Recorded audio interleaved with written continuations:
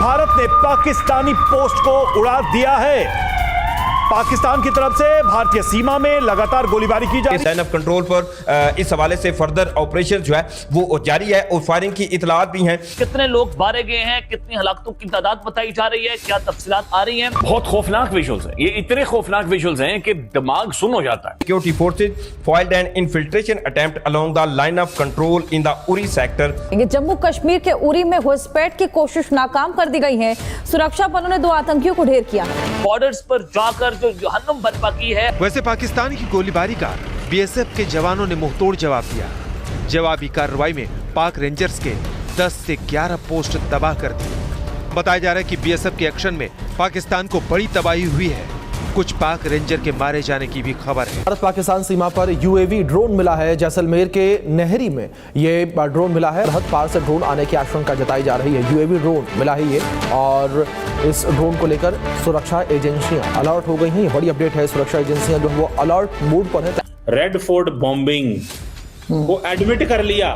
तो ये आज की रात जो है बहुत भारी है। 21 नवंबर तक कहा गया कि मार्क तक कैलेंडर पाकिस्तान के सिक्योरिटी इदारे हैं वो बार बार अपनी पोजीशन को वाज़ेह कर रहे हैं कि कैलेंडर्स को मार्क कर लें। लाइन ऑफ कंट्रोल के जो है वो उरी सेक्टर पर इस वक्त क्या सूरत हाल है।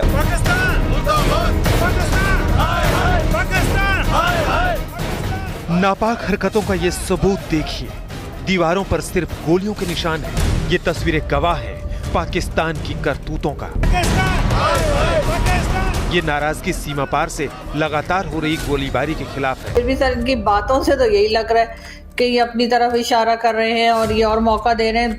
अगर सोचिए अगर FATF में या कहीं लेकर भारत चला जाए इनकी इस स्पीच को, तो पाकिस्तान ने अपनी फिजाई हदूद को अचानक से बंद करने का फैसला किया है और फिर बलूचिस्तान के मुकाम पर जो समंदरी हदूद है उसको भी बंद कर दिया गया है। मुजाहिदीन थे, इनके हवाले से आप ये ज़राए दावा करते हुए नजर आ रहे हैं। क्या करें सर, सही बात है सर। भारत वाले बुलाते नहीं है, अफगानिस्तान जाना नहीं है, ईरान वाले कहते खबरदार आए तो सर जाहिर है हम तो कहीं नहीं जा सकते। भारत अपनी चीजों को लेकर पूरी तरह तैयार है। सेना प्रमुख एक बार नहीं बार बार इस बात को कह चुके हैं कि पाकिस्तान और उसके आतंकी बाज नहीं आते हैं, तो हो सकता है कि पाकिस्तान अब इस नक्शे से ही मिट जाए। रेड फोर्ट बॉम्बिंग को एडमिट कर लिया, इंडियंस कह रहे हैं। उसने कहते हैं कि ब्रॉड बेस एक स्टेटमेंट दी, तो उसको इंडियन मीडिया जो है वो चला रहा है।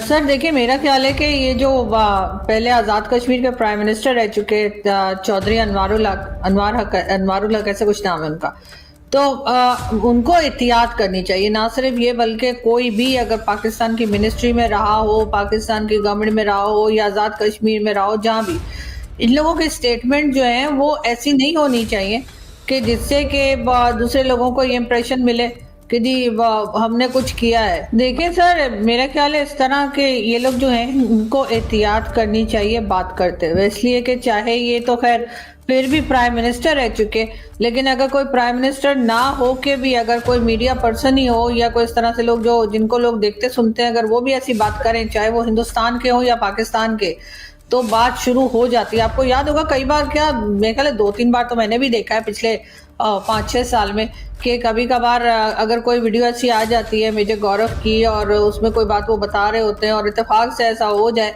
तो उनकी तो वीडियो चला के हमारे DG ISPR साहब जो है वो बोलना शुरू कर देते हैं कि ये देखो ये लोग बता रहे थे और इन्होंने ऐसा हो गया।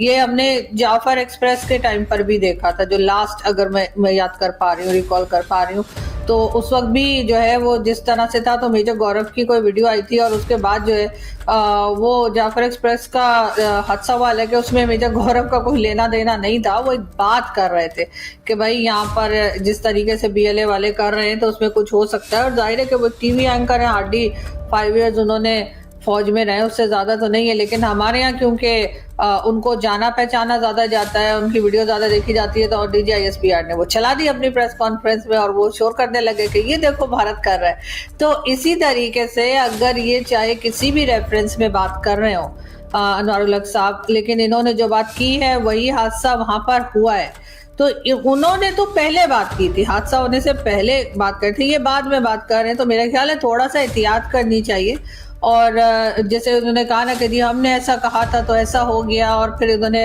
इसी क्लिप में इन्होंने आगे कहा कि कोई और चीज़ भी उन्होंने बताई कि मैंने ऐसा कहा था तो जी वो भी हो गया, तो हमने अंदर घुस के जो है वो मारा। भाई हमने कब घुस के मारा? घुस के तो भारत ने मारा था। हम तो वैसे मतलब उनके तैयारे वैयारे बाद में गिरा रहे थे या जो भी कहिए जो भी कर रहे थे, जो हमारा क्लेम है अभी तक सो कॉल्ड, तो वो तो हो रहा था, हम जवाब दे रहे थे। हमने घुस के नहीं मारा था, घुस के तो उन्होंने मारा था। हम तो हमेशा से कहते आए हैं कि भाई हमने अटैक नहीं किया था, अटैक भारत की तरफ से हुआ था, हम सिर्फ जवाब दे रहे थे। इंडिया ने हमें घुस के मारा है? हाँ तो सर और कैसे मारा है?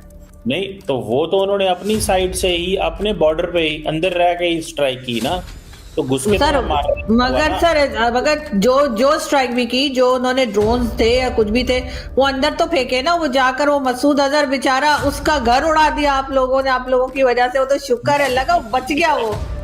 मैं कह रहा हूँ ठीक है, बिल्कुल मारा, तो बिल्कुल आप सही कह रहे हैं, वो घुस के नहीं मारा था, उन्होंने अपनी ही कंट्री में रह के और हमें यहाँ मारा था। 11 जगह पे जो उन्होंने या 9 जगह पे जो उन्होंने अटैक किए थे, जिससे हमारी एयर बेसिस जो थी वो उड़ गई थी, और मसूद अजहर का घर तबाह हो गया था और उसके घर के लोग मारे गए थे।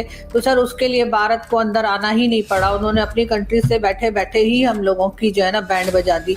आप सही कह रहे हैं सर, आई वॉज रॉन्ग, मुझे लगा था घुस के मारा है, लेकिन आप सही कह रहे हैं कि वो सर उन्होंने टेरर ग्रुप जो है, जो टेरर ग्रुप्स है उनके ऊपर अटैक किया था, ना सिविलियन पर अटैक था और ना ही फौज पे अटैक था, और ना ही जो हमने खजाने या गार्ड रखे ना ही उन पर अटैक था। तो सर उन्होंने बिल्कुल सही कह रहे हैं आप, उन्होंने भारत से बैठे बैठे ही इतना कुछ कर दिया था कि उसके बाद हमें भी जो है वो उठना पड़ा और हमने जो है उनके ऊपर अटैक किया, या जो भी मतलब जवाब में हमने जो किया। लेकिन बात सारी फिर वही आ जाती है ना कि भाई अपनी जो स्टेटमेंट्स हैं उनको क्यों संभाला नहीं जाता? अब क्या जरूरत पड़ी थी इस वक्त इन साहब को जो है आजाद कश्मीर के जो फॉर्मर प्राइम मिनिस्टर ने ये सब कुछ कहने की कि जी हम यहाँ से वहां तक, मतलब हमारे जो है ना वो और कुछ नहीं होता, बयानबाजी बहुत तगड़ी करते हैं, कोई भी हो, चाहे वो आज़ाद कश्मीर के प्राइम मिनिस्टर हों, चाहे एक्स प्राइम मिनिस्टर हों, चाहे फॉर्मर हों, चाहे इमरान खान थे या नवाज शरीफ थे या शहबाज शरीफ,